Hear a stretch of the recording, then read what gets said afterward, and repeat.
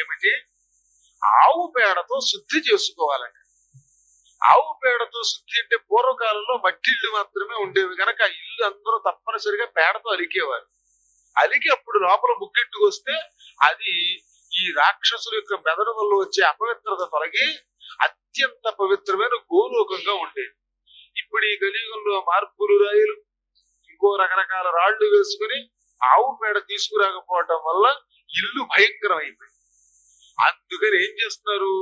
క్రమేపీ బ్రహ్మదేవుడే ఆలోచించేట కొంతమంది మట్టిళ్ళు కాకుండా రాళ్లు, ఆ రోజుల్లో కూడా రాళ్లతో ఏర్పాటు చేసుకునేవారు కదా.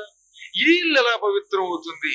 మొట్టమొదట గృహప్రవేశం నాడు గోవుని తెప్పాలి. గోవు దూడ ఆ ఇంట్లో పేడ వేయాలి. ఆ పేడ దూడ కనుక పేడ వేసిందా ఆ ఇల్లు చక్కగా ఎంత మేడైనా బాగుంటుంది, లేకపోతే గోడ కూడా పనికిరాదు.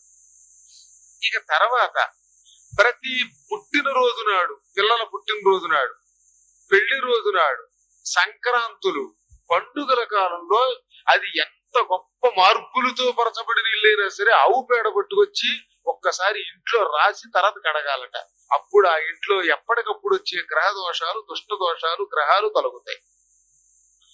ఈ ఆవు పేడ, ఆవు యొక్క మూత్రం తప్ప గృహ దోషములను తొలగజేయడానికి ఉత్తమమైన మార్గం మరొకటి లేదు. అది మొట్టమొదటి మార్గం. అయితే ఏ ఆవు పేడ ఉపయోగించాలి దానికి కూడా నియమం చెప్పారు.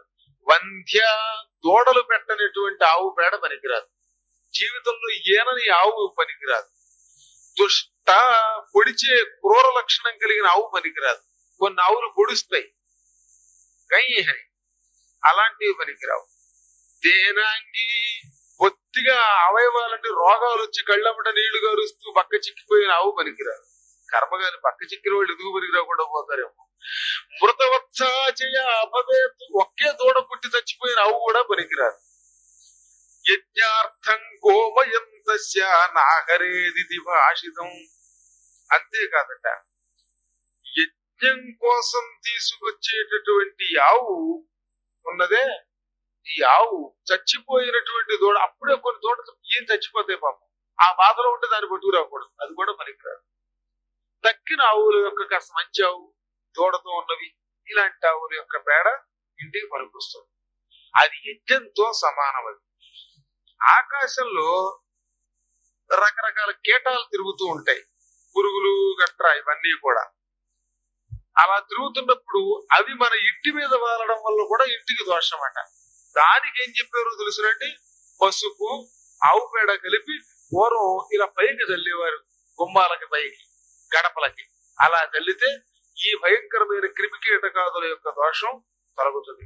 దాన్ని ప్రోత్తరణ అంటారు. బ్రహ్మగారు ఒక మాట చెప్పాడు. ఏమనంటే, మీ ఇంట్లో ఏదన్నా పూజ కానీ చెయ్యాలంటే, లేక పండుగ వచ్చినప్పుడు ఇంట్లో నలుగురు కలిసి హాయిగా విహరించాలంటే, భోజనం చెయ్యాలంటే, ఉత్తప్పుడు మీ ఇల్లు ఏదో మీరు కడుక్కుంటే శుద్ధం అవ్వదు. దానికి నియమం ఏమిటట అంటే, మన ఇంట్లో మనకి తెలియకుండానే ఎప్పుడు ఒకడు ఈ జుట్టు దూకుంటే ఇంట్లో పడుతుంది కదా, అందువల్ల రోజు ఇల్లు అపవిత్రం అవుతుంది. అలాగే జుట్టు లేకుండా ఎక్కడ ఉంటాం మనం? అంచేత ఇంట్లో రోజు తెలియకుండా అపవిత్రం అవుతుంది కనుక దీనికి ప్రత్యేకమైన కాలంలో శుద్ధి చెప్పారు. అస్థి కంటక సిద్ధ్యర్థం బ్రహ్మణ పరిభాషితం. బ్రహ్మ చెప్పాడు, ఇంట్లో జుట్టు పడినా, గోరు పడినా, అస్థికలు, ఎముకలు పడినా, ఎముకలంటే ఏ ఎముకైనా అవ్వచ్చు, మాంసం తినేవాడు ఆ మాంసం కోసం ఇంటికి తెచ్చిన జంతువు యొక్క ఎముక పడినా ఇల్లు అపవిత్రమే.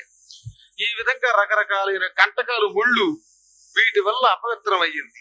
ఈ ఇల్లు ఈ పండుగలు పూజల కాలంలో పవిత్రం చేయాలంటే కుశాహ దర్భలు పట్టుకురావాలి. దర్భలతోటి, తడిపిన దర్భలతోటి 4 గోడల్లోనూ టపాటపా కొట్టాలి. 4 దర్భలు ఒక్కొక్క మూలలోనూ వెయ్యాలి. అప్పటితో ఆ ఇల్లు ఆ పండుగ చేసుకోవడానికి కానీ, పూజ చేసుకోవడానికి కానీ పనికొస్తోంది. ముఖ్యంగా సప్తాహాలు అవి చేయాలంటే తప్పనిసరిగా ఈ ప్రక్రియ చేసే చెయ్యాలి. లేకపోతే చేసిన పరిపూర్ణ ఫలితం సిద్ధించదు. అగ్రే రానయనం ప్రోక్తం సౌ